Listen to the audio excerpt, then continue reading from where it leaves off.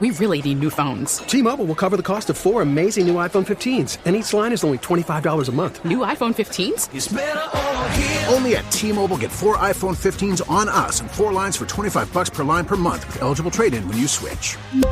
Minimum of 4 lines for $25 per line per month with autopay discount using debit or bank account. $5 more per line without autopay, plus taxes and fees. Phone fee at 24 monthly bill credits for well-qualified customers. Contact us before canceling account to continue bill credits or credit stop and balance on required finance agreement due. $35 per line connection charge applies. See T-Mobile.com. Worried about letting someone else pick out the perfect avocado for your perfect impress them on the third date guacamole? Well, good thing Instacart shoppers are as picky as you are. They find ripe avocados like it's their guac on the line. They are milk expiration date detectives. They bag eggs like the 12 precious pieces of cargo they are. So let Instacart shoppers overthink your groceries so that you can overthink what you'll wear on that third date. Download the Instacart app to get free delivery on your first 3 orders while supplies last. Minimum $10 per order. Additional terms apply.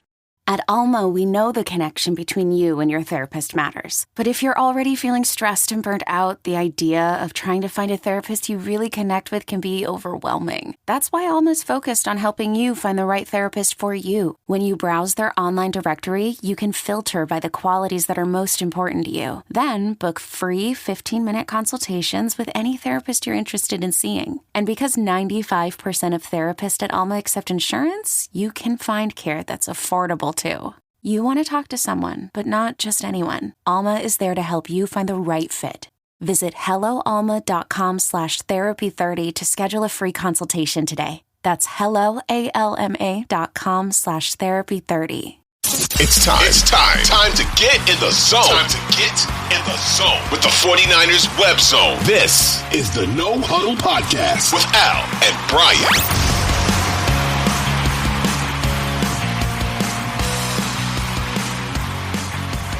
This is the 49ers Web Zone No Huddle Podcast. We're part of the Odyssey Network.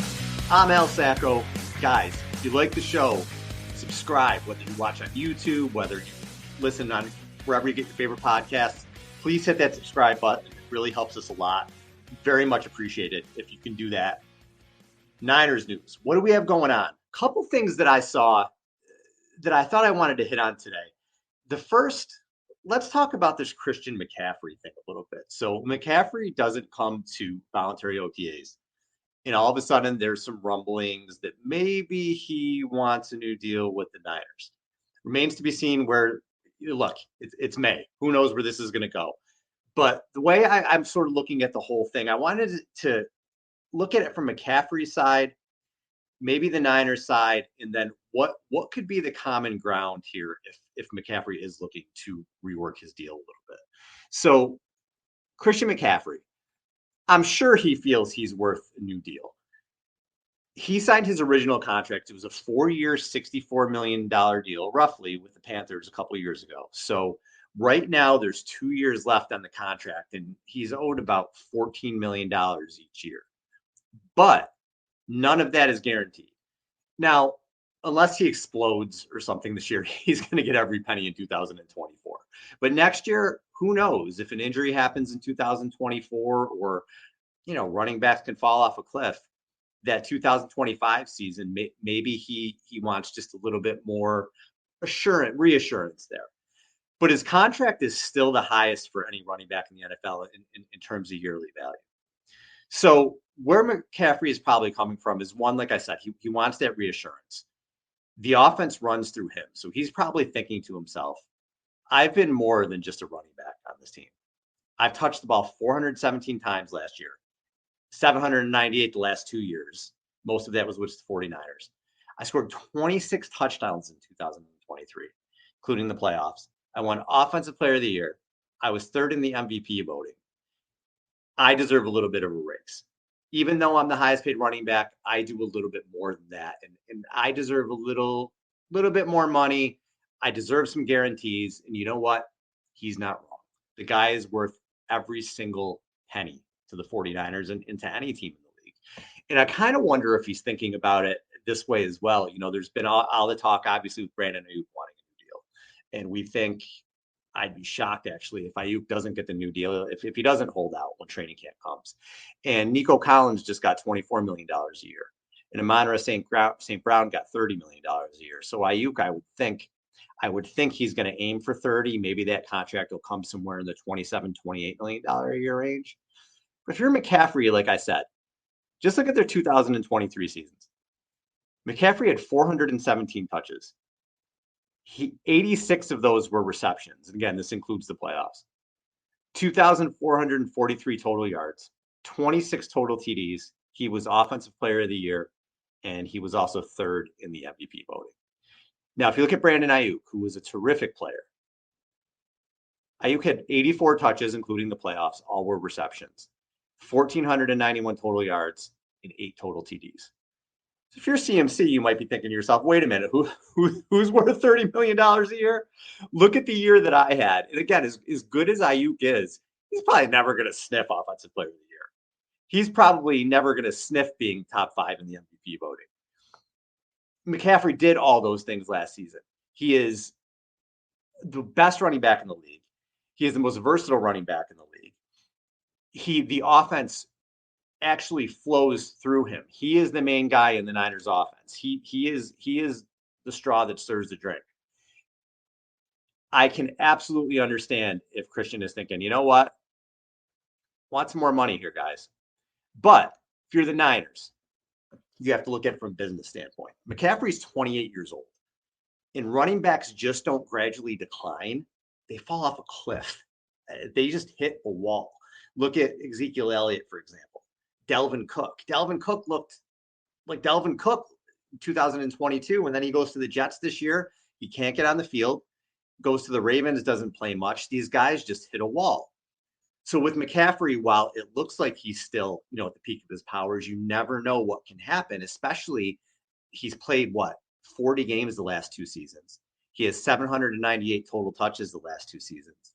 And something to keep in mind, the last time McCaffrey had a 400-touch season, he played 10 games the next 2 years. That was with the Panthers. So he had all that usage. And then the next 2 years, he played 7 games and 3 games. So you never know what's going to happen here. And for the Niners, they may say, listen, you have 2 more years left on your deal and you're the highest paid running back. Why would we rip that up? We intend to keep you here. You're definitely going to get the money this year. Why are we going to redo a new contract here? But the way that I look at it is, and what I think is ultimately going to happen, I think they're going to sit down. Cooler heads are going to prevail. They did something similar, a little bit of a different situation, but with Raheem Mostert, it had to be after 2019, right? He was paid less than Tevin Coleman. Maybe even been another running back who made more than him. I don't remember. But what they did was they gave him a pay bump for the season, so he was the highest paid running back on the team.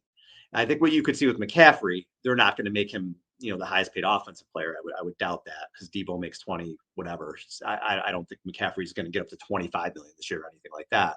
But what I think you could see them do, and what I ultimately think is the best way to handle this is you say, listen, Christian, you've been phenomenal for us. We're going to give you a pay raise this year. Next year in 2025, we're going to give you guaranteed money. So we'll bump it up a little bit this year. We'll bump it up a little bit next year. If he's making 14 million, maybe you go up to 18 million. Maybe you do go up to 20 million. You guarantee whatever you can for next year, and then put a couple of dummy years on the contract.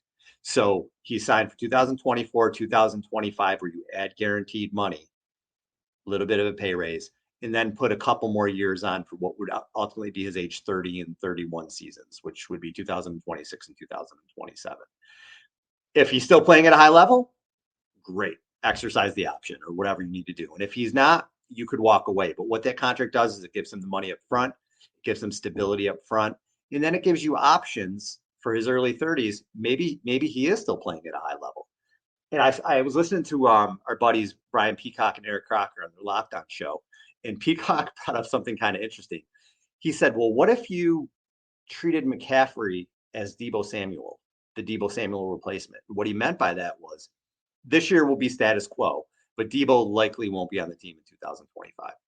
So what if you start to treat McCaffrey like Deebo Samuel in 2025, where he is more of a receiver, sort of a gadget player? He'll get 7 to maybe 10 carries, and then you use him more as a receiver to prolong his career. Obviously, with that, you have to hope someone like Isaac Guerrero or another running back steps up and can fill in that role. But I thought that was really interesting. We'll see what happens. But ultimately, that's my prediction for where this goes. The Niners are going to give him some guaranteed money this year and next year. Little bit of a pay bump with some dummy years in 2026 and 2027. I think everybody's happy.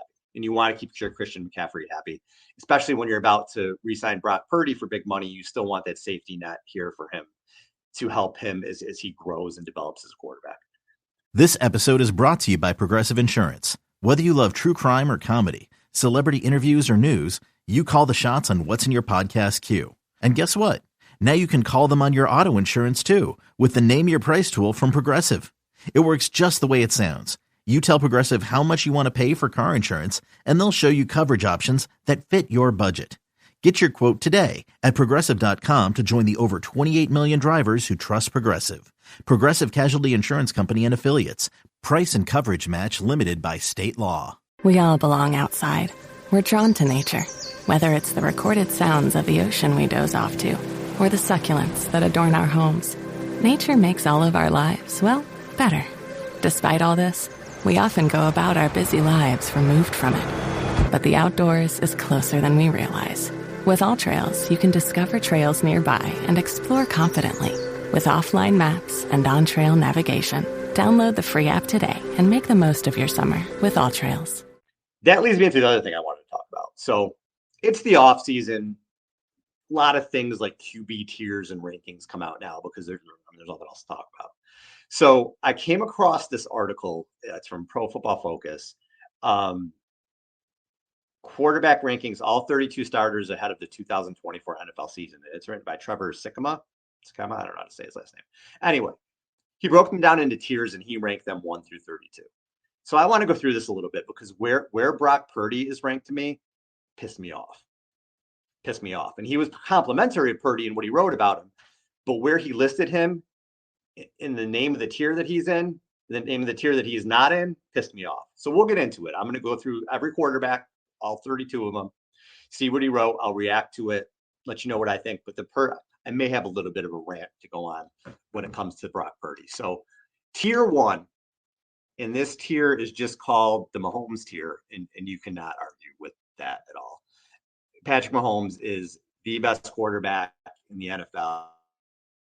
He ended up being the best quarterback. Much as, listen, us Niners fans are tired of seeing him hold that trophy up. When you have a quarterback like Brady, 7 Super Bowls victories, what was he in, 10 Super Bowls? The guy's just been unbelievable, the greatest winner of all time. When you have a QB like him, you say it's going to be a long time before we see another quarterback who can come in and win like that and dominate like that.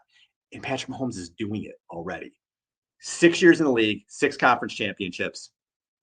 He's got, 3 Super Bowls? I mean, it's insane. He's been in 4. It's just nuts for what he's done. So he absolutely deserves his own tier. Nobody can touch Mahomes. He's number 1. I have no argument with that. Tier 2, the elite.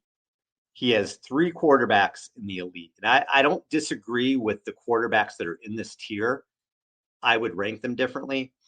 But he has number 2, Lamar Jackson, number 3, Joe Burrow, and number 4, Josh Allen. When I look at these QB rankings, and as we look at quarterbacks, right, the great quarterbacks, we just don't base them off the regular season. If we base it off the regular season, Peyton Manning is probably the greatest quarterback of all time. He might have been the best Sunday to Sunday quarterback I've ever seen. But we don't do that. We base it off the whole picture, off the playoffs, off the Super Bowl.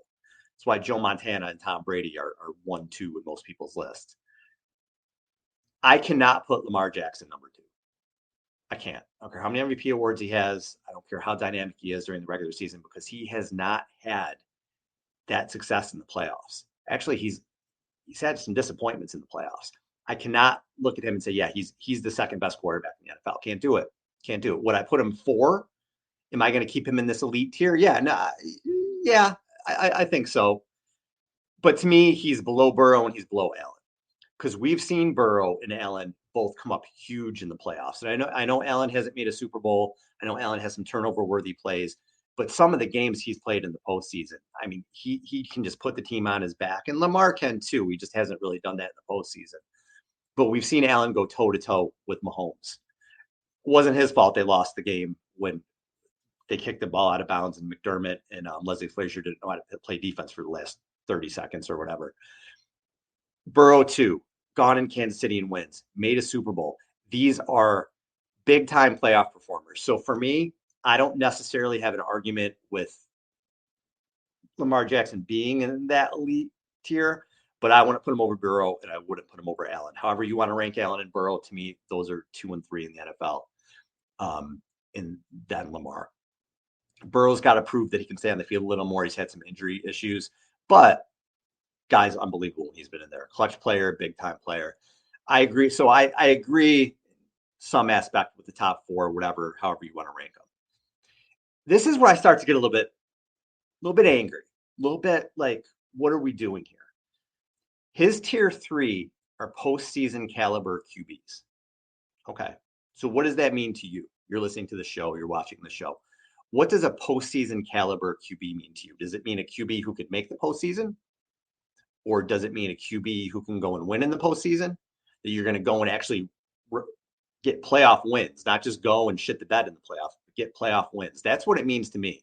If you're being ranked from 5 to 10 or whatever this ends up being, it's 5 to 10, and the name of your tier is postseason caliber QBs, you better damn well win in the playoffs. But let's see what he has. Number 5, Justin Herbert, of course, because all the fucking nerds love Herbert, right? Everybody. We're yet to see Herbert really win a big game. Is he physically tremendously gifted? Absolutely. Has he maybe had some coaching issues hold him back? I don't know. I guess you could say that. But we'll find out more this year with Harbaugh and Greg Roman. It'll probably be more of a run first offense, but at some point, this is what, his 3rd coordinator. At some point, Herbert has to start winning these games to really be called like, yeah, this guy's the 5th best quarterback in the NFL. Incredibly talented, but at what point does he take the next step and win games? I can't put him at 5. I don't think I could do that. Number 6, Dak Prescott. Playoff caliber quarterback, Dak Prescott. Dak Prescott, he's been massively disappointing in the playoffs. He had the one really strong playoff game against Tampa Bay a couple years ago, but he's been horrible twice against the 49ers. Niners just had him shook both times. He has not been a successful playoff quarterback. 2 and 5, the Cowboys are with Prescott. Is that all his fault? No, it's a team game. But again, at some point, these guys, if you're going to rank them the 5th and 6th quarterbacks, best quarterbacks in the NFL, they have to win in these big games. 7, he has Matthew Stafford. I don't argue with Stafford being in the top 10 when he's healthy. He's won a Super Bowl. He brought the Rams to that next level. You've seen what he can do with a good team around him. I always thought he got too much blame in Detroit. I always thought he was a better quarterback than what the team record showed. Didn't have a ton to work with there as far as a whole team, with the defense and everything else. I know he had Calvin Johnson, but he does he throws a lot of turnovers. There's pick sixes and some throws where you're like, oh God. But I think Stafford's a top 10 QB. I don't have any issue with him being in the playoff caliber QB ranking because he is, and he's won a Super Bowl and he's won playoff games. So I have no issue with him being there. Aaron Rodgers at 8. I mean, look, Aaron Rodgers. If he was healthy, he's in the elite category, right? But you don't know. He hasn't played in a whole year. He's coming off the Achilles, but he's certainly, I have no issue with him being in the top 10. Jalen Hurts. A bit of a roller coaster year for him this past year. And I do think that he was injured. But again, Hurts, he's won playoff games. He's been to a Super Bowl. I don't have any issue with him being in this tier whatsoever. Good player. You have to think the arrows pointed up for him. But what's interesting too is, they always talk about Purdy. Oh, he's got all these weapons. Look what Hurts has around him. Goddard, Devontae Smith, and A.J. Brown. And now he's got Saquon Barkley. Maybe he's had the best offensive line in the league around him. So Hurts also has that great supporting cast, and I'm fine with that. You need a good supporting cast to win. I'm not knocking that. The people who want to bring a quarterback down because they have good players around him, it drives me crazy. You still have to go out there and make the throws. You still have to go out there and make the reads. You still have to not turn the ball over. You still have to make plays to help your team win. So I don't have any issue with Hurts being here. Hurts has proven that he can be a playoff caliber quarterback. And so his number 10 to me after just one season. CJ Stroud won a playoff game. He helped lift up a Texans team that nobody thought was going to do much last season. The arrows pointed up with him. If you want to put him in that top 10, I have no issue with that. But to me, a playoff caliber QB, Prescott and Herbert, you're pushing it. I don't care about the regular seasons. Are they a top 10 to 12 QB in the NFL? Sure. But if you're going to name the tier playoff caliber QBs, you better win in the playoffs. That's the way that I'm reading this. Here's where I start to get a little bit more, starting to get a little bit more irritated as I'm going through this. The melting pot of starters. Melting pot. So these are guys who they're just kind of starters in the league, like good starters is essentially what he's saying. Number 11, Jordan Love. Now, he was top 10 quarterback in total passing yard, top 5 in big time throws, and top 2 in passing touchdowns during the regular season. Yeah, arrows pointed up with him for sure. He started off slow at the beginning of the season. He finished very strong with that young receiving group. Arrow was pointed up for him. Should he be in the melting pot of starters right about to enter playoff caliber? Yeah, I think that's a pretty good spot for him. But do you notice a name I haven't mentioned yet that he's ranked above?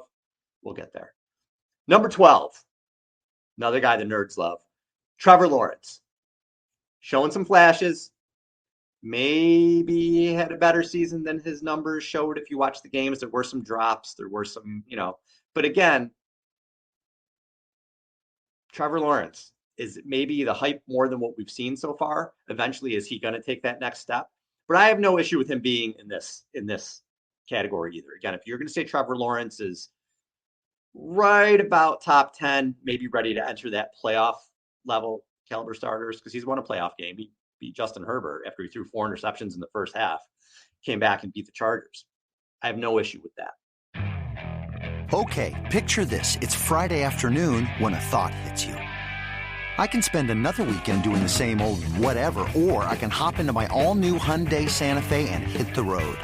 With available H-Track all-wheel drive and 3-row seating, my whole family can head deep into the wild. Conquer the weekend in the all-new Hyundai Santa Fe. Visit HyundaiUSA.com or call 562-314-4603 for more details. Hyundai, there's joy in every journey. eBay Motors is here for the ride. Remember when you first saw the potential?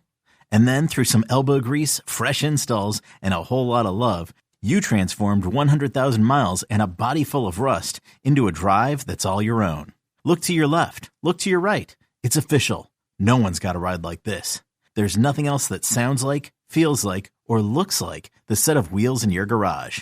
With over 122 million parts, you can make sure your number one ride or die stays running smoothly. So there's no limit to how far you can take it.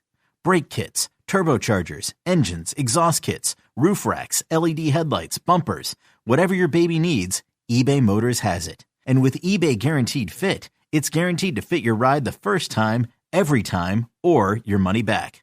Plus at these prices, well, you're burning rubber, not cash. Keep your ride or die alive at ebaymotors.com. Eligible items only. Exclusions apply. Selling a little or a lot?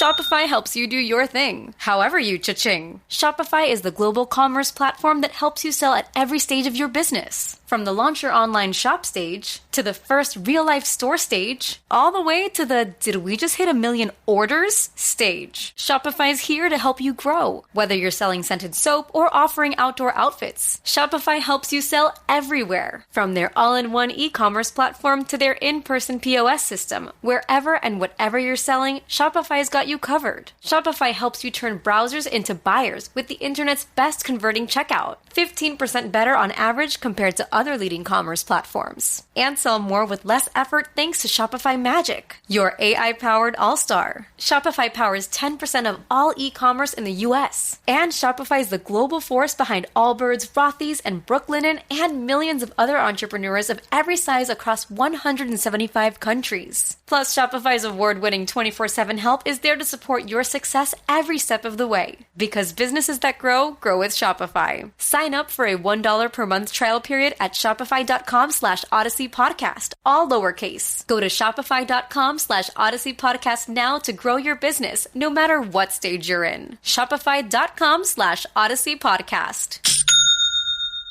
And we finally get to a melting pot starter, Brock Purdy. Melting pot starter, not a playoff caliber starter, Brock Purdy at 13. Are you fucking kidding me? Not a playoff caliber starter. Let's see what Trevor wrote about him. Fairly comfortable with Purdy's ranking on this list.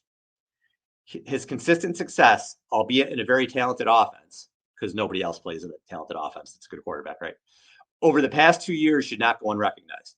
His 78.3% adjusted completion rate was a top 5 number in 2023, which speaks to his timing and accuracy.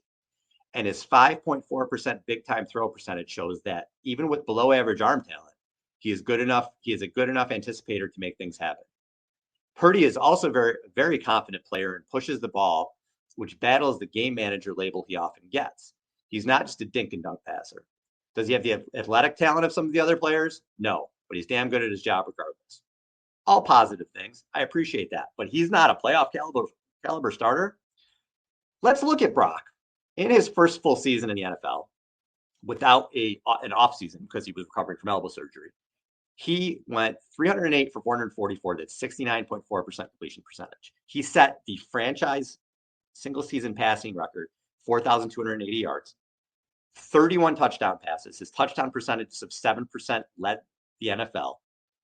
Yards per attempt, 9.6, led the NFL. Average yards per attempt, 9.9, led the NFL. Yards per completion, 13.9, led the NFL. QB rating, 113. Guess what that led? Led the NFL. QBR, 72.8, also led the NFL. He was 4th in MVP voting. He made the Pro Bowl. And as a playoff caliber player, quarterback, well, they have to win playoff games, right? Well, if I don't really want to, we'll say he's 4-2 as a starter, even though he played one series against the Eagles. I don't think you can really count that game. To me, he's really 4-1 as a starter. He has 6 touchdown passes to 1 interception. He has a yards per attempt of 7.9. He has made it to a Super Bowl in 2 conference titles games in 2 seasons, his first 2 seasons in the league, with 4 playoff wins in his first 2 seasons in the league. How many playoff wins do some of these other guys have that are ahead of him? Trevor Lawrence, 1. Jordan Love, 1.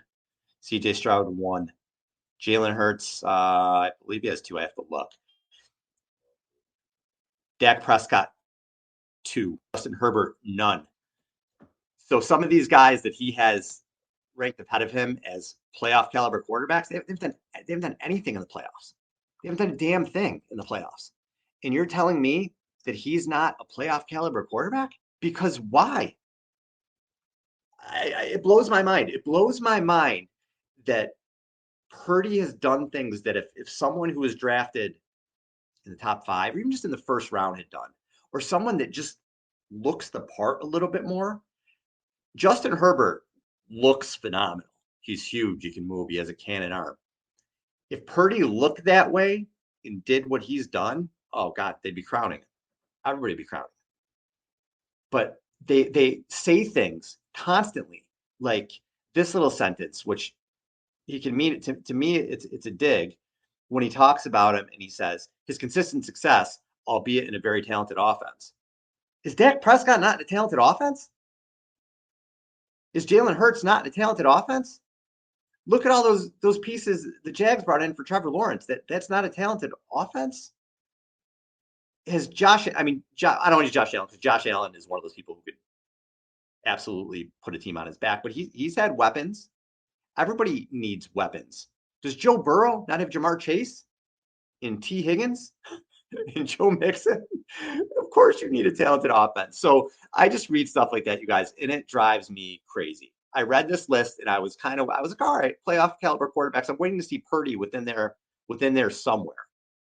To put him in a whole different tier, even if you put him at 11th and still put him in that tier, but to put him in the melting pot of starters, I can't. It just drives me crazy. And we don't know what's going to happen in the future. Maybe things will go downhill for him. I don't know, but I don't see it that way. I see that he's already proven what he's done on the football field, actually in between the lines, not how he looks with shorts on, not how his arm looks when there's no defense around him, not because he's not throwing off his back foot 50 yards downfield, because apparently that's the only way completion counts, right? what he's done on the field every week. There's been a couple hiccups here and there, but big time performances on a Sunday night against Dallas when you throw 4 TDs. In the playoffs when you play terrible against the Packers in the rain for almost 4 quarters, but then when you need that clutch drive, you come through and you win the game. In the NFC Championship game when everything went wrong, everything in the first half for the whole team, and you shrug it off and you come out in the second half and you win the NFC Championship. That's a playoff caliber quarterback to me. I don't know about you. That's a playoff caliber quarterback to me. So maybe at the end of the day, this list means nothing. But when I see stuff like that, it still pisses me off. And I don't know, whatever. I have a show, so I get to bitch about it, right? So Purdy, to me, should not be in this tier. Purdy should be in the playoff caliber tier. But let's go through and look at the rest of this list. He's got Tua at 14, which, again, is fine for me. Tua has proven that he's a good starter in the league. He hasn't won any playoff games. He hasn't taken that next step yet to show that he can get the Dolphins over the hump. But he's a good starter. I have no issue with him at 14. Kirk Cousins. Kirk Cousins is kind of the definition of a melting pot starter, right? Good player. Yet to prove he could win the big game.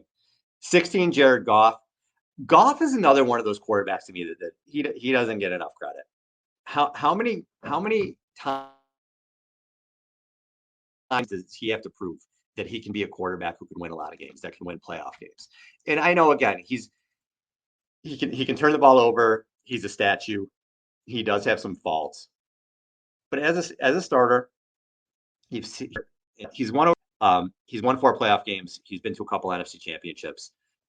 He deserves a little bit more credit to me. But if you want to put him in that melting pot area still, yeah, okay, I'll go with that. Kyler Murray, sure, again, kind of the definition of a melting pot. Geno Smith,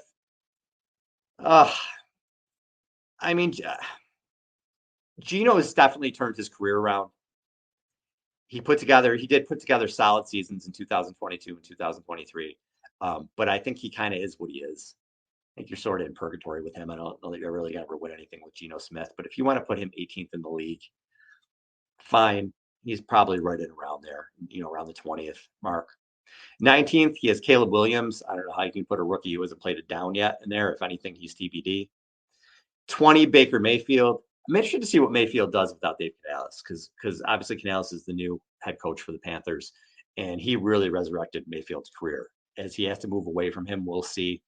But I have no argument with him being 20th. And 20th starts tier 5, which he has listed as can single-handedly win and lose games. So I don't know if Baker Mayfield can single-handedly win games, but he could certainly lose them single-handedly. Derek Carr at 21.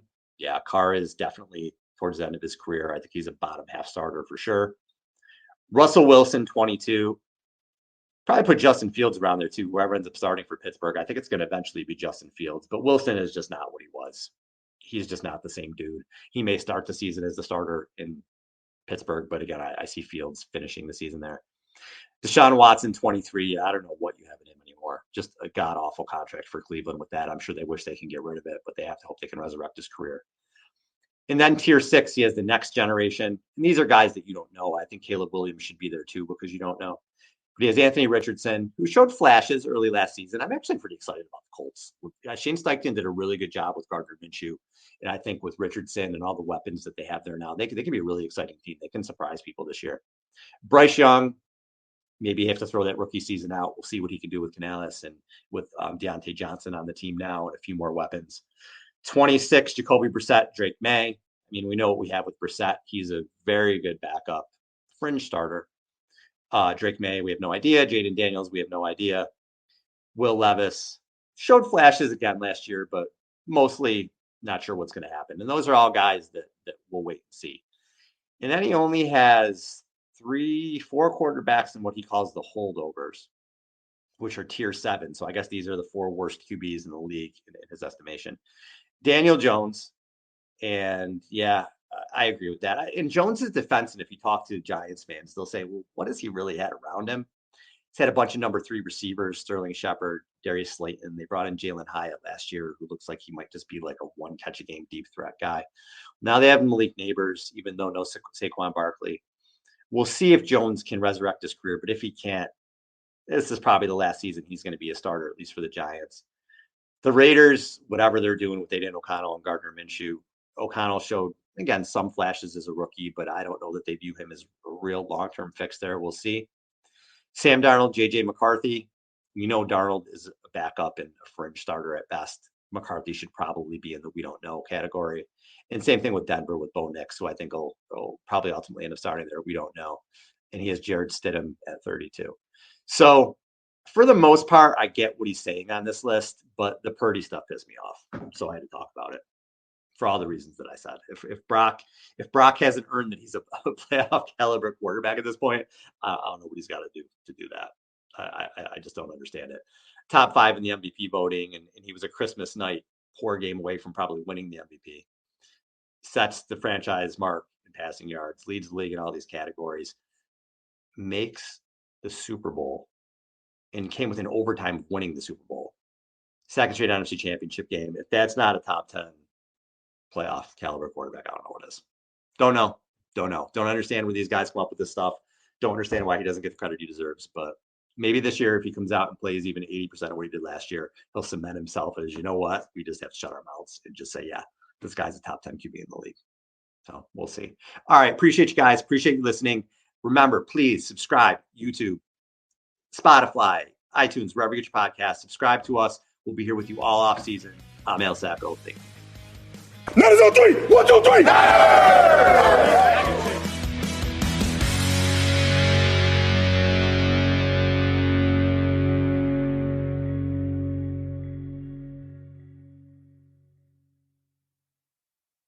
.2400 Sports is an Odyssey company.